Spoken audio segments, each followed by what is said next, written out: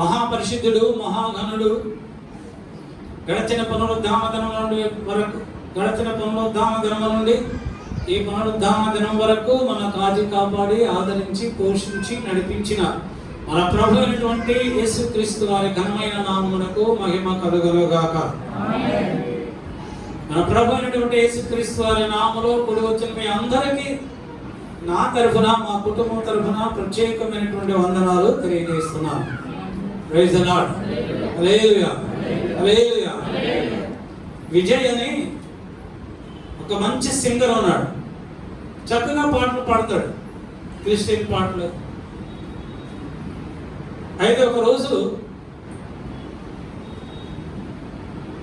కొంతమంది కుష్టి వ్యాధులు కలిగిన వారు ఉన్నటువంటి వారిని పోషిస్తున్నటువంటి ఆ ఇంటి ఆ యొక్క సంస్థ అధిపతి విజయ్ బాగా పాటలు పాడతాడు. ఇతను పిలిపించి మన దగ్గర ఉన్నటువంటి కుష్టి వ్యాధిగ్రస్తులు అందరికీ కూడా మంచి పాటలు మనం వినిపిద్దాము అని చెప్పి అతను పిలిపించారు. అతను వచ్చి ప్రభు పాటలు, ఎన్నో పాటలు, మంచి పాటలన్నీ పాడారు. అందరూ విన్నారు. పాటలు అయిపోయిన తర్వాత చివరిగా అయినా మీలో ఎవరికైనా ఇంకేదైనా పాట కావాలని మీరు ఆశపడితే ఎవరైనా మీరు లేచి చెప్పండి, లేదా చెయ్యొద్దండి. ఆ పాట పేరు చెప్తే నాకు వస్తే నేను పాడతాను అన్నాడు. 2-3 నిమిషాలు చూశాడు, ఎవరు చెయ్యలేదు. అయితే తర్వాత ఒక స్త్రీ ఎక్కడో చివరి ఉంది, అందరికంటే వెనుక ప్రక్కన అందరూ కూర్చున్న తర్వాత 2 వరుసలు అయిపోయిన తర్వాత ఖాళీగా ఉన్న తర్వాత కూర్చొని ఉన్నారు. ఆ సిస్టర్ గారు చేయి పైకెత్తారు. నేను ఒక పాట చెప్తాను, మీరు పాట వినిపిస్తారా అన్న. ఆమె ఎప్పుడైతే లేచిందో ఆమెను చూసి ఆ సింగర్ విజయ్ ఆశ్చర్యపోయాడు. ఆమెను చూడలేకపోయాడు. ఎందుకంటే ఆమె 2 చేతుల నుంచి కూడా ఆ చీము కాలుతూ ఉంది. ఆమె ముఖంలో ముక్కు లేదు, 2 చెవులు కూడా లేవు. కుష్టి అంత భయంకరంగా ఉంది ఆమెకి. ఆమె అంటుంది, నాకు పాట చెప్తాను, మీరు పాడతారా అన్నది. అప్పుడు అతను అన్నాడు, చెప్పమ్మా పాడతానన్నాడు. అప్పుడు దినమెల్ల నేను పాడిన, కీర్తించిన ఈ పాట పాడండి కాదు అన్నది. అప్పుడు అతను ఆ పాట పాడి వినిపించి తను వెళ్ళిపోయాడు. మరలా 2 సంవత్సరాల తర్వాత వచ్చాడు. అక్కడ వచ్చినప్పుడు ఆమె గురించి అడిగాడు, పలానా సహోదరి ఉన్నదా అని అడిగితే ఆమె లేచి ప్రైజ్లాడ్ అయ్యారు అన్నది.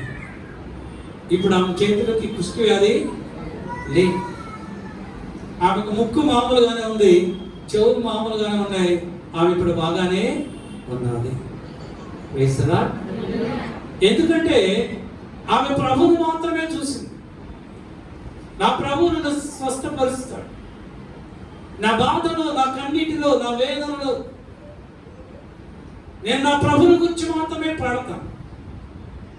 ఆయన సువార్త నేను ప్రకటిస్తాను, ఆయన కొరకు నేను జీవిస్తాను అని ఒక తీర్మానం చేస్తాను. కనుక దేవుడు ఆమెను చూసి, నువ్వు ప్రభు వైపు చూస్తే ఆయన నీ వైపు చూస్తాడు. నీ కష్టకాలంలో, నీ బాధలో, నీ వ్యాధిలో, నీ దుఃఖములో, నీ సంతోషములో, నీ ఆనందంలో నువ్వు నీ ప్రభు వైపు చూస్తే, ఆయన తట్టు చూస్తే, ఆయన వైపు చూస్తే ఆయన నీ వైపు చూస్తాడు. దావీదు మహారాజు రాసినటువంటి కీర్తన 145వ కీర్తన 15వ వచనంలో దావీదు అంటున్నాడు, సర్వజీవుల కన్నులు నీ వైపు చూచుచున్నవి. దేవా యెహోవా, సర్వజీవుల కన్నులు నీ వైపు చూస్తున్నాయి. ప్రభువా, ఎందుకు చూస్తున్నాయి? తగిన కాలముందు నీవు వారికి ఆహారము ఇచ్చేది. తగిన కాలముందు నీవు వారికి ఆహారం ఇస్తావని, వాటికి ఆహారం ఇస్తావని ఈ లోకములో ఉన్నటువంటి సకల జీవులు, సకల ప్రాణికోటి, సకల సృష్టి ఆయన వైపే చూస్తున్నాయి. ఆయన వైపే చూస్తున్నాయి. ఆకాశ నక్షత్రములు ఆయన వైపు చూస్తున్నాయి. సూర్యచంద్రాదులు ఆయన వైపు చూస్తున్నాయి. సకల సముద్రములు, ఆ సముద్రములో ఉన్న సకల జీవరాశి ఆయన వైపే చూస్తుంది. అనుదినము వేకువజామున లేచి ఆయన నామమును స్తుతిస్తూ ఆ రోజు వాటికి కావలసినటువంటి ఆహారం కొరకై ఆయన వైపు చూస్తున్నప్పుడు ఆయన వాటి వైపు చూసి వాటికి ఆహారమును అనుగ్రహిస్తాడు. మనకు ఆహారం ఇచ్చి మన పోషించేవాడు మన ప్రభు అయినటువంటి యేసయ్యే. ఈ లోకము కాదు, లోకస్తులు కాదు. నువ్వు ఆయన వైపు చూస్తే, ఆయనకు నువ్వు ప్రార్థన చేస్తే, ఆయన సన్నిధిలో కన్నీళ్లు కారిస్తే, ఆయన ఆకాశము వాకిలి తెరిచి నిన్ను నీ కుటుంబాన్ని బహుగా ఆశీర్వదించి అభివృద్ధి పరుస్తాడు. హల్లెలూయా. 14వ వచనం చదవండి. ఎవరో ఒక చదవండి. యెహోవా పడిపోవు వారిని అందరినీ ఉద్ధరించువాడు, కృంగిపోయిన వారిని అందరినీ లేవనెత్తువాడు. 16వ వచనంలో రాయబడుతుంది, నీవు నీ గుప్పిలిని విప్పి ప్రతి జీవి కొరకు ప్రతి జీవి కోరికను తృప్తిపరుస్తున్నావు. నీ గుప్పులు విప్పుతున్నావు. ప్రతి జీవి యొక్క కోరికను కూడా నువ్వు తృప్తిపరుస్తున్నావు. ఉదయకాలంలో లేచిన వాళ్ళు సాయంకాలం వరకు మన ఆశలు, మన ఆశయాలు, మన ఉద్దేశాలు, మన కోరికలు, మన అవసరతలు అన్ని కూడా ఆయన తీరుస్తున్నాడు. ఆయన గుప్పిలలో అవి దాగి ఉన్నాయి. ఆ గుప్పిలను విప్పి, ఆయన గుప్పిలను విప్పి మన కోరికలను ఆయన తీరుస్తున్నాడు. అందుకనే నీవు నేను కూడా ఆయన తట్టు మనము చూడాలి. ఆయన వైపు చూడాలి. ఆయన వైపు మనము చూడాలి. యెషయా ప్రవక్త వచ్చి హిజ్కియాతో చెప్తున్నాడు, హిజ్కియా నువ్వు చనిపోతావు, నీళ్ళు నువ్వు సర్దుకో, నీటిని సర్దుకో, నువ్వు చనిపోతున్నావు అంటే హిజ్కియా వైద్యుడి దగ్గరకు పరిగెత్తలేదు. హిజ్కియా వీపున భయంకరమైనటువంటి పుండు ఉన్నాయి. దాన్ని బట్టి దేవుడు యెహోవా చెప్తున్నాడు, నువ్వు చచ్చిపోతావు అంటే హిజ్కియా వైద్యుడి దగ్గరికి వెళ్ళలేదు, ప్రభు దగ్గరికి వెళ్ళాడు. గోడ వైపు తన ముఖాన్ని తిప్పుకొని, గోడనగా మన ప్రభు అయినటువంటి యేసు క్రీస్తు ఆయన వైపు తిప్పుకొని కన్నీటితో ప్రభు సన్నిధిలో ప్రార్థన చేస్తున్నాడు. దేవా యెహోవా, నీ సన్నిధిలో నేను ఏ విధంగా ఎంత యథార్థముగా ప్రవర్తించాను నువ్వు నన్ను జ్ఞాపకం చేసుకొని ప్రభు వైపు తిరిగాడు. మనుషుల వైపు తిరగల. తన దగ్గర పనిచేస్తున్న వైద్యుల వైపు తిరగలి. ప్రభు వైపు తిరిగి కన్నీరు కార్చినప్పుడు ఆకాశంలో ఉన్నటువంటి దేవుడు మరలా యెషయా ప్రవక్తను పంపించాడు. హిజ్కియా, నీవు కన్నీరు విడిచడం నేను సూచించని, నీ ప్రార్థన నేను అంగీకరించాను. ఎందుకంటే నువ్వు మనుషుల వైపు చూడలేదు, వైద్యుల వైపు చూడలేదు, నువ్వు నా వైపు చూసావు, నా కన్నుల వైపు చూసావు. ఇంకా 15 సంవత్సరాలు నేను నిన్ను ఆయుష్నిస్తాను. హల్లెలూయా. మన ఆయుష్ను పొడిగించేవాడు ఆయనే, మన ఆయుష్ను తగ్గించేవాడు ఆయనే. మనం ఆయన వైపు చూస్తే ఆయన మనకి స్వస్థత అనుగ్రహిస్తాడు.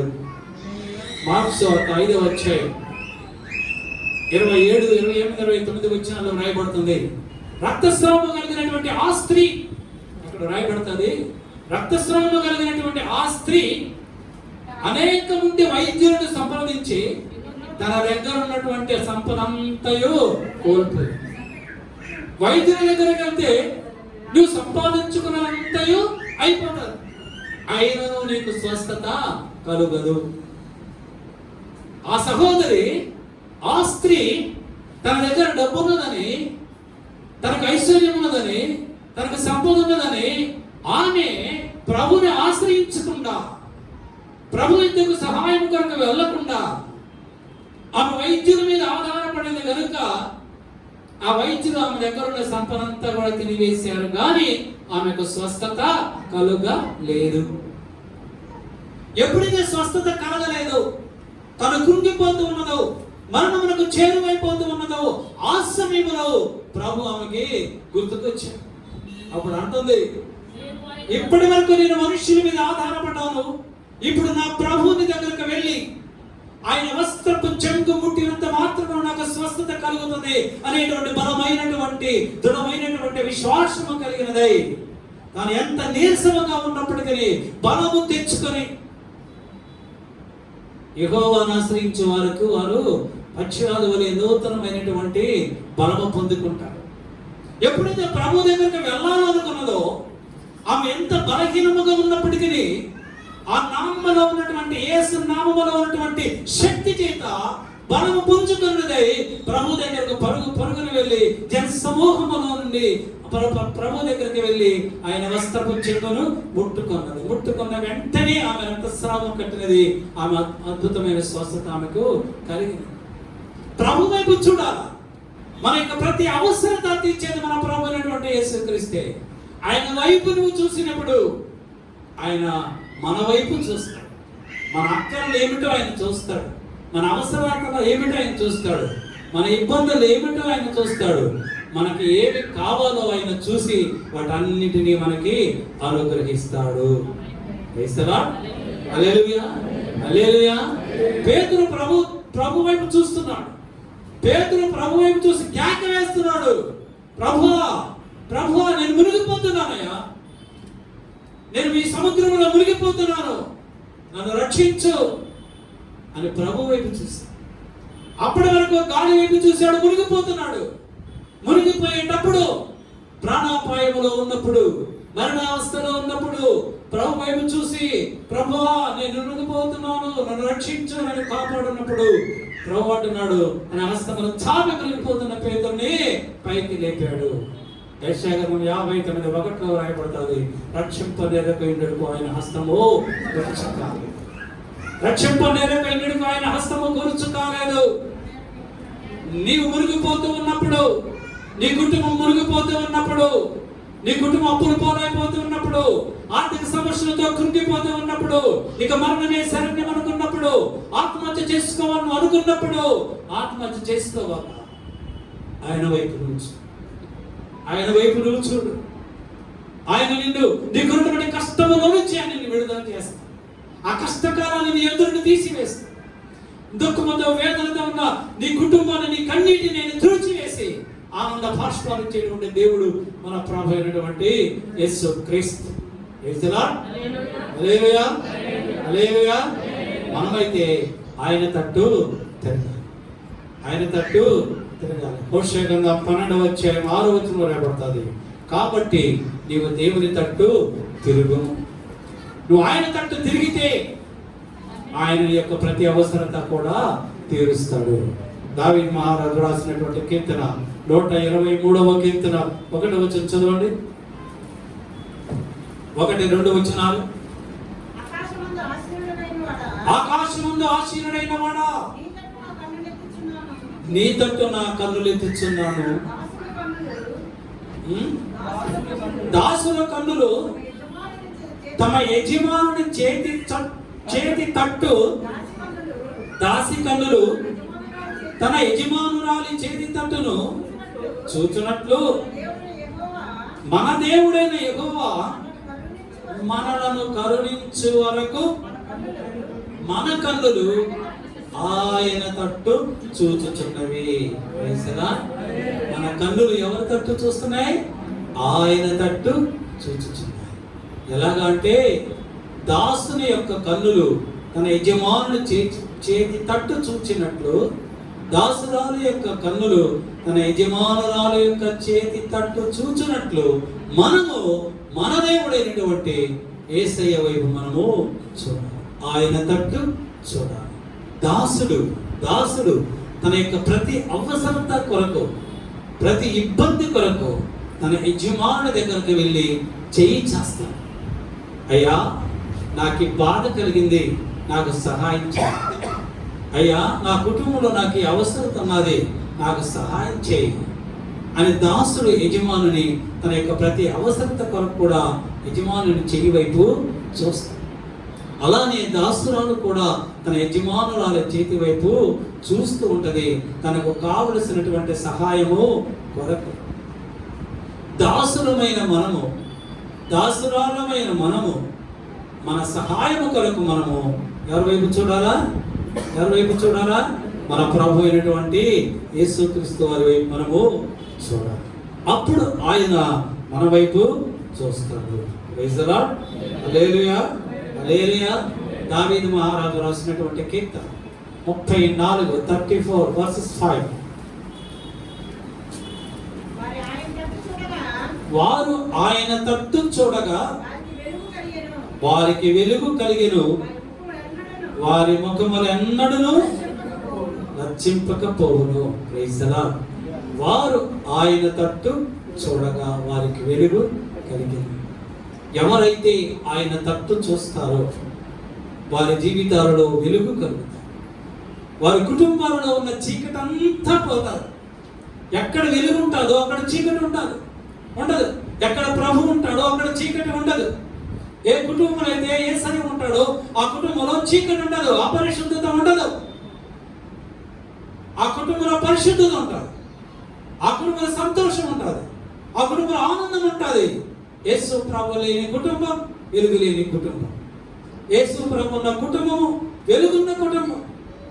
వెలుగు ఎక్కడ ఉంటుందో అక్కడ సంతోషం ఉంటుంది, అక్కడ ఆనందం ఉంటుంది. మన ప్రభు ఎక్కడైతే చీకటి ఉంటుందో, ఎవరైతే చీకటిలో జీవిస్తున్నారో, ఎవరైతే మరణంతో పోరాడుతున్నారో, ఎవరైతే మరణ ఛాయలో బ్రతుకుతున్నారో, అనారోగ్యాలతో, బాధలతో, ఇరుకులతో, ఇబ్బందులతో, సమస్యలతో, ఆహారం లేక, తిండి లేక, పంటలు పండక, ఉద్యోగాలు లేక, ప్రమోషన్ లేక, జీవితం ఎడారిమయమేగా ఎవరి జీవితాలు ఎడారులుగా ఉంటాయో, ఫలించని జీవితములుగా ఉంటాయో, వారి జీవితాలను ఫలింప చేయటానికి, వారు కోల్పోయినటువంటి ఆనందాన్ని తిరిగి వారికి ఇవ్వడానికి, వారి కన్నీరును తుడవటానికి, వారి జీవితాల్లో ఉన్నటువంటి దుఃఖ దినములను తీసివేయటానికి యేసు ప్రభువు వారి యొద్దకు వస్తాడు. యెషయా గ్రంథం 9వ అధ్యాయం 2వ వచనం చూడండి. 9:2 చీకటిలో నడుచు జనులు గొప్ప వెలుగును చూచుచున్నారు. మరణఛాయ గల దేశ నివాసుల మీద వెలుగు ప్రకాశించును. హల్లెలూయా, హల్లెలూయా. చీకటిలో నడుస్తున్నటువంటి జనులు గొప్ప వెలుగును చూచుచున్నారు. చీకటిలో నడుస్తున్న జనులు ఎవరు చీకటిలో నడుస్తున్నారు? ఎవరు చీకటిలో నడుస్తున్నారు? ఒకప్పుడు మనమందరము కూడా చీకటిలోనే నడిచినవారు. మనమందరము చీకటిలో నడిచిన వారం. ఇప్పుడైతే మనమందరము కూడా వెలుగులో నడుస్తున్నాము. ఎందువనంటే వెలుగైనటువంటి యేసు ప్రభువును మనము వెంబడిస్తున్నాము కనుక. వెలుగైనటువంటి యేసు ప్రభువును మనం వెంబడిస్తున్నాము కనుక ఆ వెలుగు మన కుటుంబాలలో, మన జీవితాలలో వెలిగింపబడుచున్నది కనుక ఇక మన జీవితాలలో చీకటి లేదు.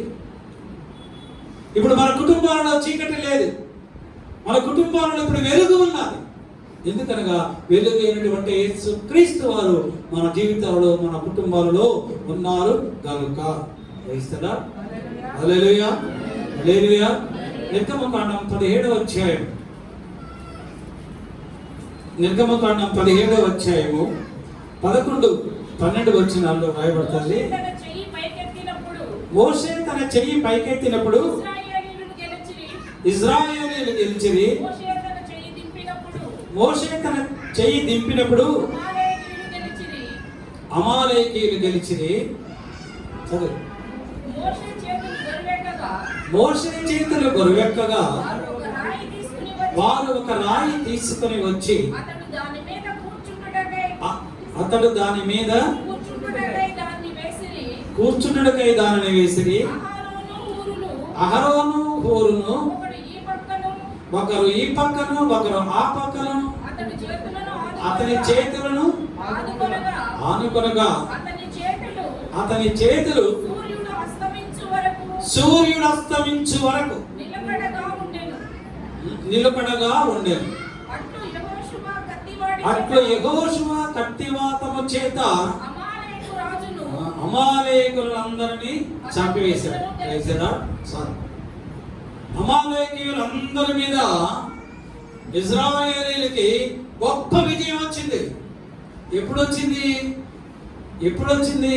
మోషే తన చేతులను ఆకాశము వైపు ఎత్తినప్పుడు, ఆకాశము తట్టు చూచినప్పుడు, తన చేతులు ఆకాశం వైపు చూపినప్పుడు, ఆకాశం అన్నటువంటి దేవుడు మోషే చేతులను చూచి దేవుని ప్రజలైన ఇశ్రాయేలీయుల పక్షముగా ఉండి అమాలేకీయుల మీద గొప్ప విజయము అనుగ్రహించాడు. మోషే చేతులు కిందకి దించినప్పుడు అమాలేకీయులు గెలిచినట్లుగా అక్కడ వ్రాయబడతాడు. మన చేతులు మన ప్రభు వైపు ఎత్తినప్పుడు,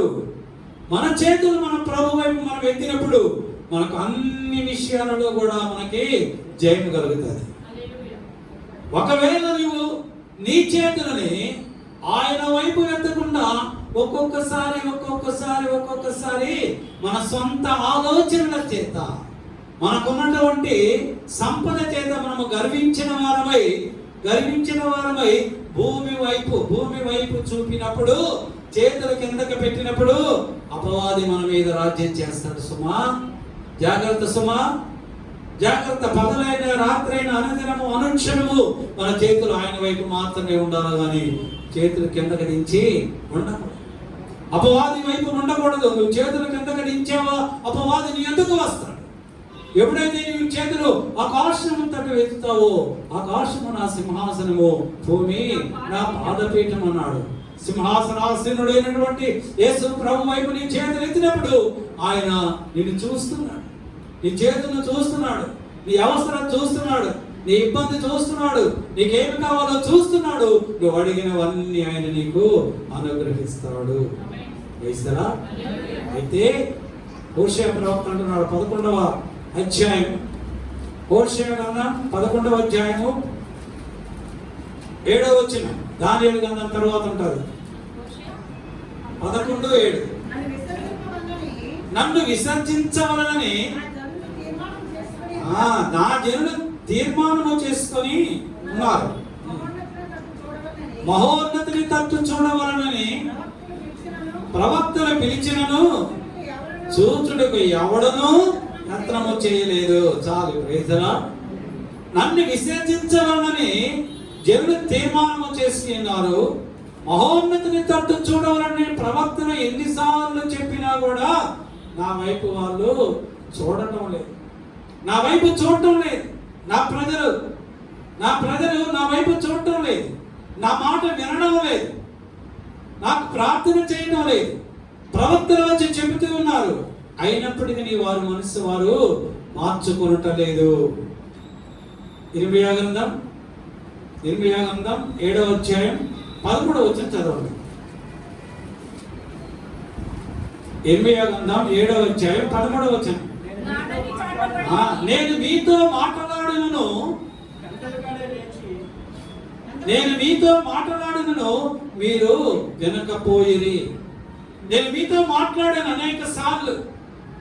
మనలో చాలా మందితో ప్రభు మాట్లాడతారు, చాలా మంది ప్రభు మాట్లాడతారు. ప్రభు మాట్లాడినప్పుడు మనం ఆ మాటకి ఏం చేయాలి? ముందు వినాలి. వింటే లోపడతావు. నువ్వు వినకపోతే, నువ్వు ఆయన మాట వినకపోతే, ఆయన ఏం చెప్తున్నాడో నువ్వు వినకపోతే ఇది ఎలా లోపడతావు? చాలా మంది చూడండి, మన వాళ్ళు మనం ఏదైనా చెప్పబోతున్నాం అనుకోండి, వినరు, వాళ్ళే చెప్పేస్తారు. ప్రశ్న వాళ్ళే వేస్తారు, ఆన్సర్ కూడా వాళ్ళే చెప్తారు. మరి మనల్ని ఎందుకు అడగడం? మనం ఏం చెప్తున్నాం వినాలి కదా. నువ్వు వింటే నీకు కావాల్సింది ఏదో ప్రభు నీతో మాట్లాడతాడు కదా, మనం వినాం. ప్రవక్త అంటున్నాడు, మహోన్నతుని మాటలు వినమని నేను ఎన్నిసార్లు చెప్పినా నా ప్రజలు వింటాలే. మనం కూడా చాలాసార్లు ప్రభు చెప్పిన మాటలు వింటే ఏ శోధన మనకి రా. వినకపోతే శోధన వెంట శోధన వస్తుంది. దాన్ని మనం ఆపలేము, దాన్ని మనము భరించాల్సిందే, అనుభవించాల్సిందే. అది దానివల్ల ఎంత నష్టం సంభవించినా, ఎంత వేదన కలిగినా, ఎంత దుఃఖము కలిగినా దాని నుండి మనము తప్పించుకొనలేము. నేను అనుభవించాను కదా చెప్తున్నాను. పాస్టమ్ గారు ఎన్నోసార్లు చెప్పారు, చేయొద్దండి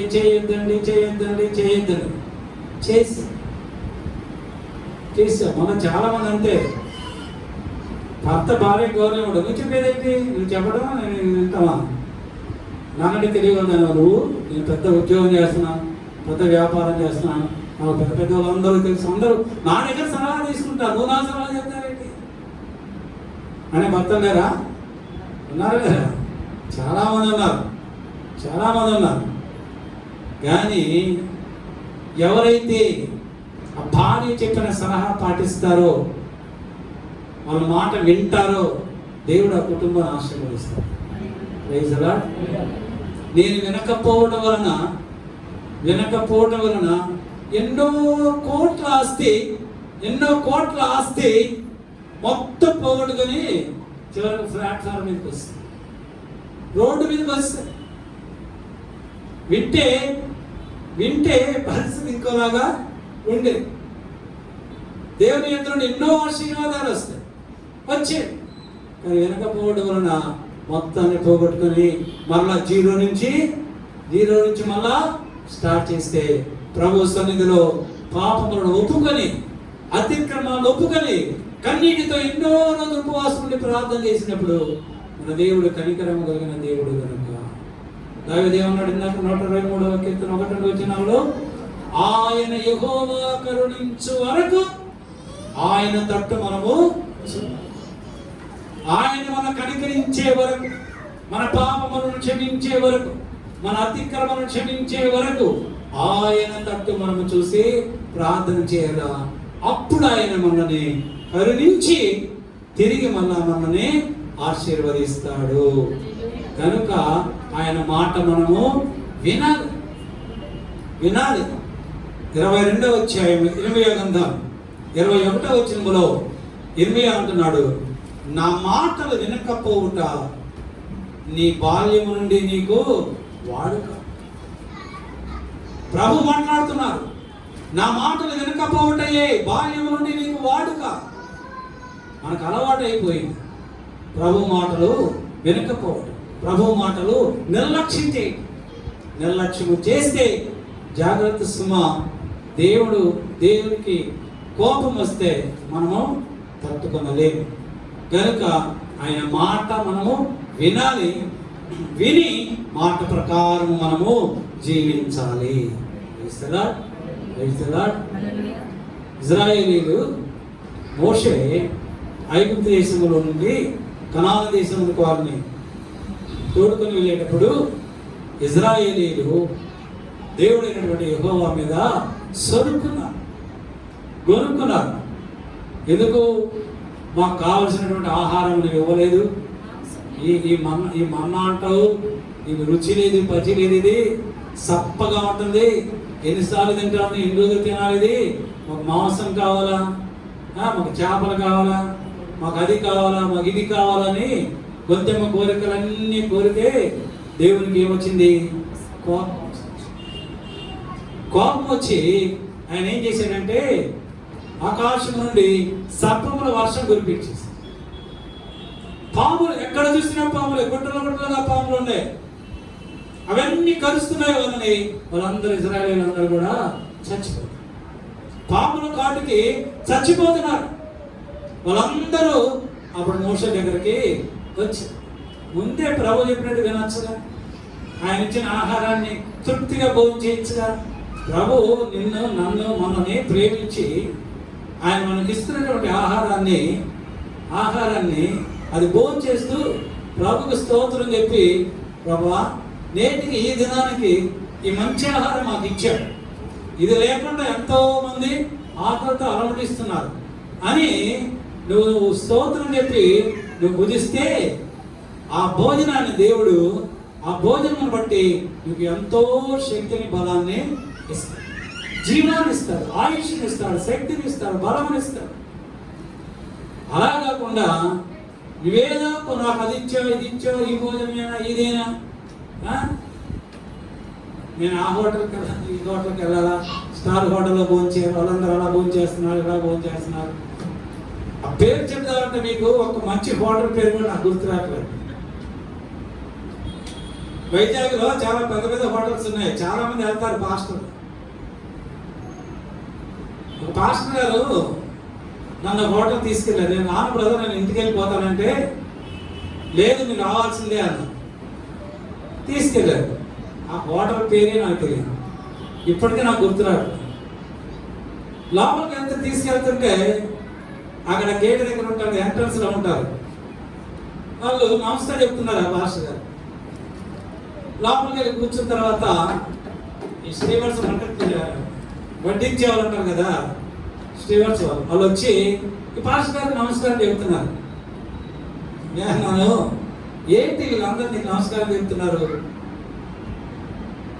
నీకు బాగా తెలుసా వీళ్ళు అన్న.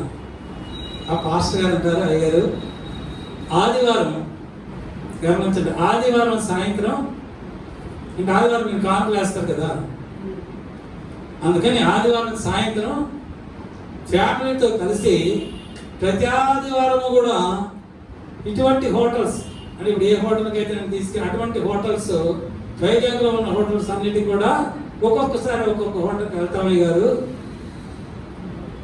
ఈ హోటల్కి చాలాసార్లు వచ్చాం ఫ్యామిలీ తోటి, అందుకని వీళ్ళందరూ పరిచయము అన్నారు.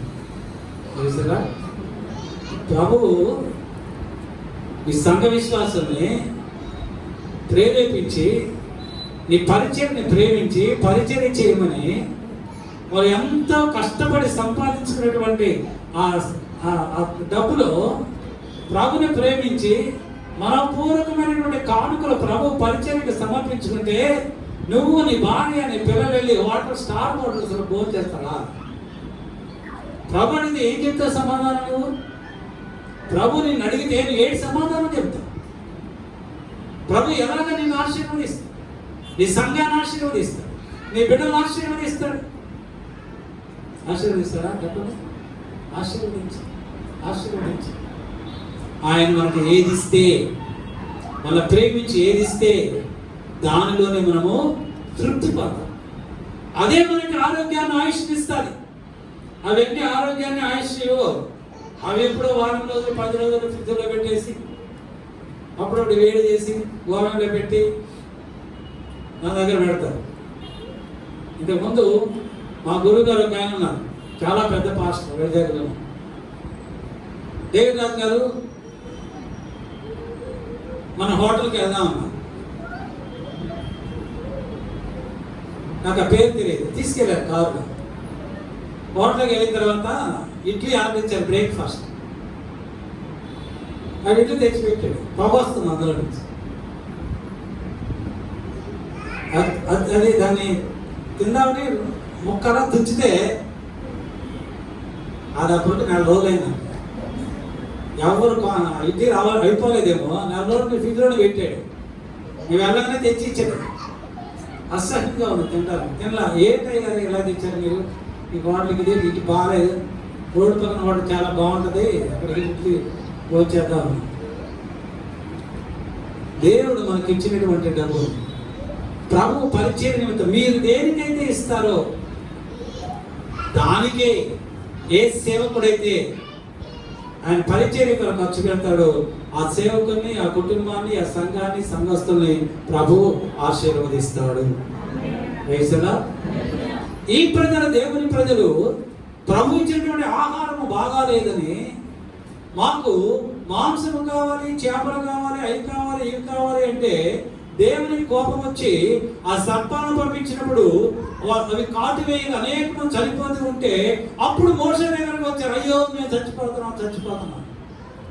అప్పుడు మోషే ప్రభుకి ప్రార్థన చేస్తే, విజ్ఞాపన చేసినప్పుడు ప్రభు అంటున్నాడు, మోషే నువ్వు ఒక సర్పమును తయారు చేసి ఎత్తైనటువంటి స్థలం మీద పెట్టు, ఎవరైతే సర్పము కాటుకు బలవుతారో వారు నువ్వు ఎత్తుగా పెట్టిన సర్పాన్ని చూసినప్పుడు వారు స్వస్థపరచబడతారు, ఏ విషయం వారికి ఎక్కదు అని చెప్పి అప్పుడు మోషే ఒక ఇత్తడి సర్పమును చేయించి ఎత్తైన స్థలములో ఉంచినప్పుడు వారందరూ కూడా ఎప్పుడైతే పాము కాటు వేసిందో వాళ్ళ ఆ ఇత్తడి సర్పం వైపు చూసినప్పుడు వారందరికి ఏ హాని కూడా జరగలేదు.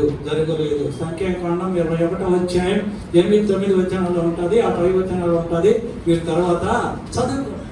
ఆ ఇత్తడి సర్పం వైపు చూసినప్పుడు పాము కాటుకు గురైన వారిలో ఏ విషయము కూడా వారికి ఏ హాని కూడా చేయలేదు. ఆ ఇత్తడి సర్పమే మన ప్రభు అయినటువంటి యేసుక్రీస్తు. ఎవరైతే ఆయన వైపు చూస్తారో వారికి వారి జీవితంలో ఏ చేదు కూడా ఉండదు. వారి జీవితంలో విషాదము ఉండదు, సంతోషము ఆనందము మాత్రమే వారికి ఉంటుంది. ప్రైజ్ ది లార్డ్, హల్లెలూయా. అందుకే దావీదు మహారాజు అంటున్నాడు 25వ కీర్తన 15వ వచనంలో చదవండి.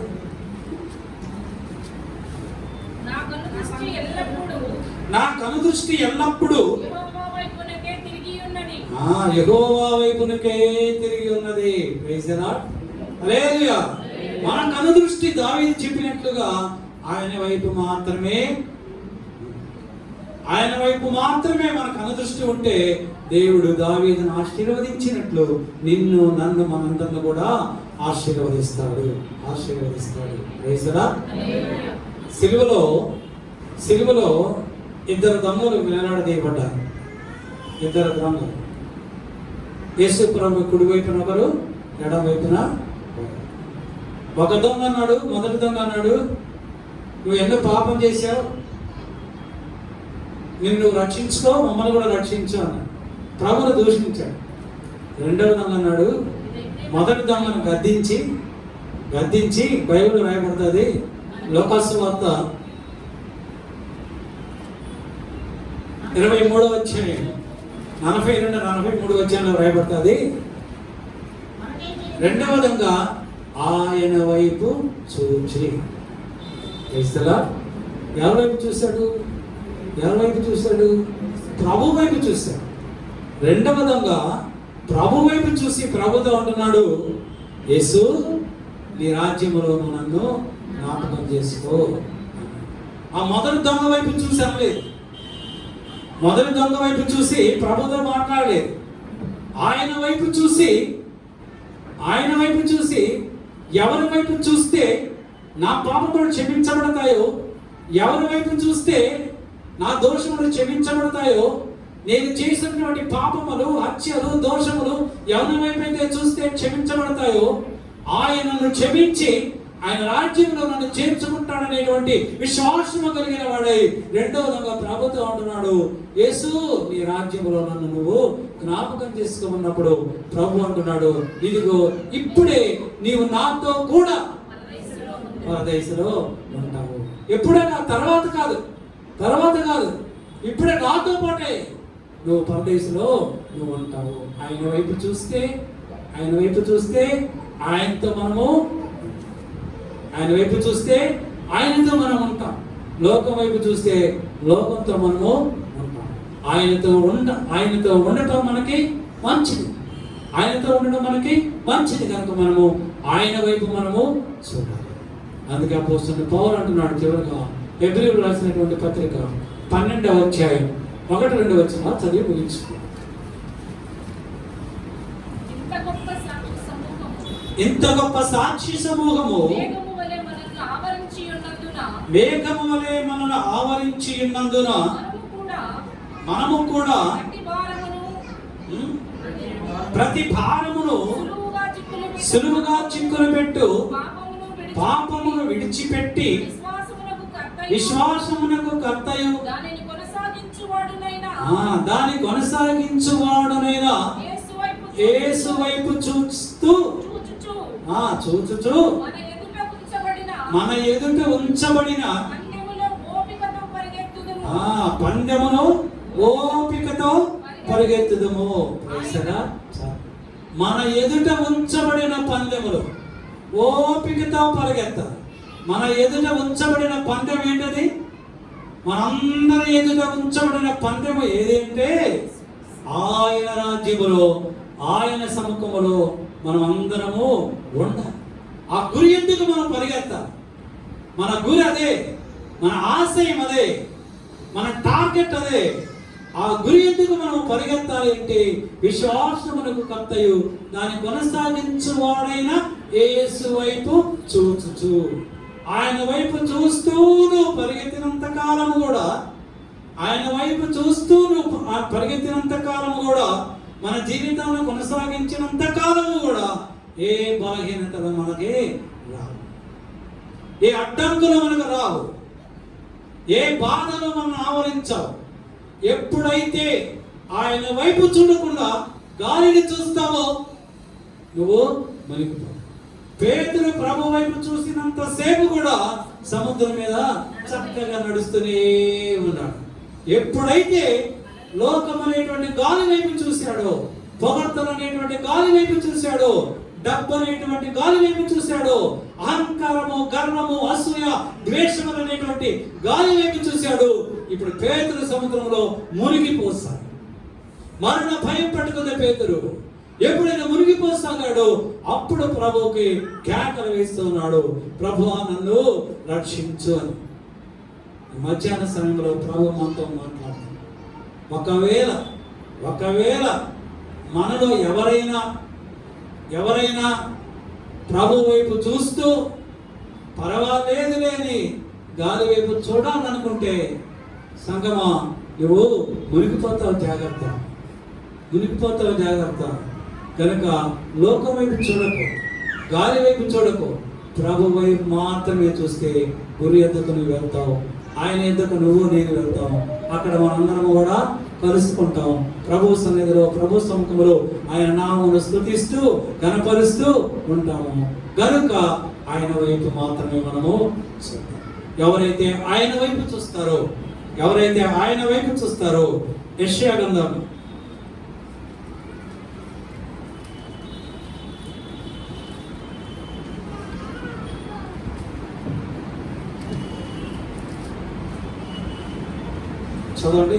గ్రంథం 60వ అధ్యాయం 20వ వచనం చదివి ముగించండి.